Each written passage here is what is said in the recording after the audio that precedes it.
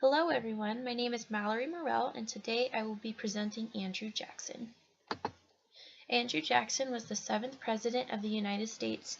He served 2 terms as President, from 1829 to 1837. His political party was the Democratic-Republican Party. There were 3 major historical events that occurred during Andrew Jackson's presidency. The first was nullification.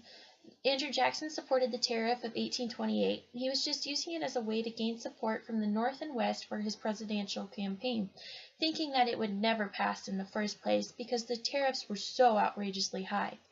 The idea for nullification came from the South Carolina Exposition, written by John C. Calhoun. This gave South Carolina the drive to use nullification as a way to get out of the tariffs. A convention was formed and decided that both tariff bills were exempt from South Carolina. Jackson, being a nationalist, said that the act of nullification was pretty much treason in his proclamation of nullification. South Carolina was also isolated, as Jackson made it so no other state would support them. In response, South Carolina repealed its nullification against tariffs and nullified instead the force bill. The second major event was the Bank War. The Second Bank of the United States applied for the renewal of its charter after being in service for 20 years. Andrew Jackson did not trust banks. Congress decided to renew their charter, despite Jackson's opposition to it. In response, Jackson vetoed the charter, saying that it was a way to give special privileges to the wealthy.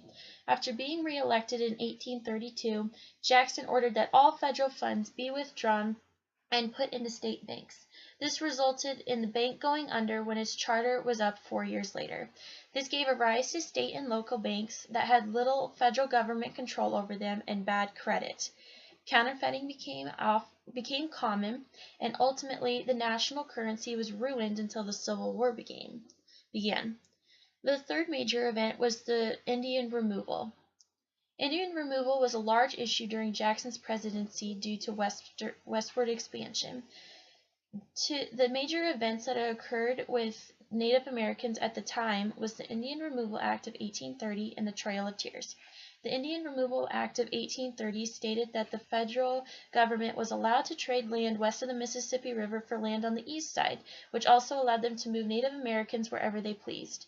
The Trail of Tears was brought on by the discovery of gold in Georgia. The Cherokee were forced from their homeland to Oklahoma, and they went on foot. Many perished along the way. There were 3 major accomplishments during Jackson's time as president.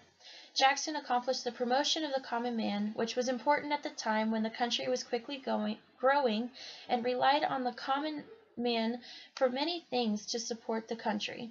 He also proved that the federal government was there for a reason, primarily during the issue of nullification. Finally, he contributed to westward expansion. Although he definitely went about it he didn't go about it in the best way, he at least saw to it that the country expanded into western territories.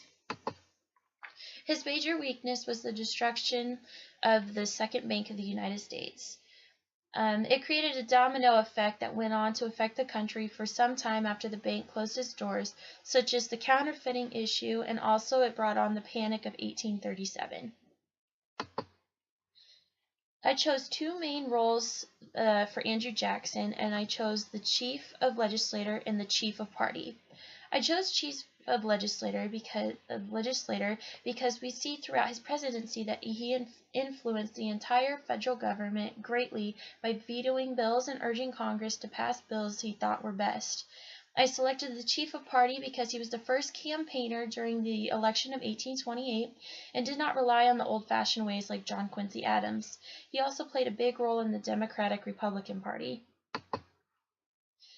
In this cartoon, we see a Cherokee Indian tied down with white men tearing him apart and the land being destroyed around him. This is a use of irony. This resembles the destruction of the Cherokee Nation, the Trail of Tears, and the push for more land during the time of Andrew Jackson's presidency. I think the artist did not like the idea of destroying the Indian nations and pushing them from their land. I think it shows a great representation of what U.S. citizens wanted and the means by which they got it.